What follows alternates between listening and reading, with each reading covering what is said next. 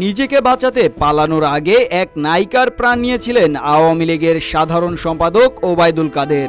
৫ August কাদেরের সর্বশেষ location ছিল ঢাকার মোহাম্মদপুরে। তার ফোনের সেই লোকেশনের কাছেই ছিল প্রয়াত নবাগত নায়িকা মেঘলার বাসা।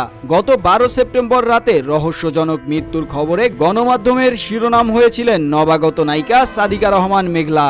মেঘলার রহস্যজনক মৃত্যুর ব্যাপারে নাগরিক টিভির প্রবাসী সাংবাদিক নাজমুস সাকিব দাবি করেছেন, ওবায়দুল কাদেরের লালসার শিকার হয়ে প্রাণ দিতে হয়েছে এই নায়িকাকে। প্রবাসী সাংবাদিকের দাবি, ওবায়দুল কাদেরই দুনিয়া থেকে সরিয়ে দিয়েছেন তাকে। নাজমুস সাকিব জানান, ৫ আগস্টে নবাগত নায়িকা মেঘলার বাসাতেই অবস্থান নিয়েছিলেন ওবায়দুল কাদের। মেঘলা যাতে তার কথা ফাঁস না করতে পারে সে কারণেই তাকে দুনিয়া থেকে সরিয়ে দেন ওবায়দুল কাদের।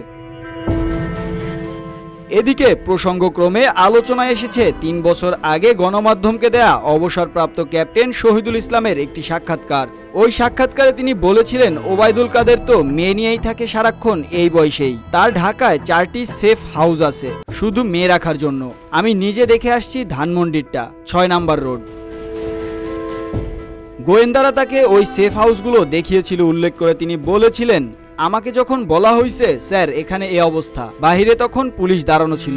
আমি তখন বললাম এগুলো কেন ওবায়দুল কাদেরের বাসা হবে? তখন সে বলল, স্যার এগুলো ওনার সেফ হাউস। ঢাকা শহরে এরকম ৪টা আছে। বাংলাদেশের গোয়েন্দারা আমাকে এটি দেখিয়েছে। মূলত আওয়ামী লীগ সরকারের পতনের পর থেকেই নানা কারণে আলোচনায় ওবায়দুল কাদের। সর্বশেষ জানা গিয়েছিল সরকার পতনের ৩ মাস পর ৮ নভেম্বর শিলং হয়ে ভারতের কলকাতায় পাড়ি দিয়েছেন কাদের। ৩ মাস কোথায় কিভাবে তিনি লুকিয়েছিলেন তা নিয়ে তৈরি হয় ধোঁয়াশা।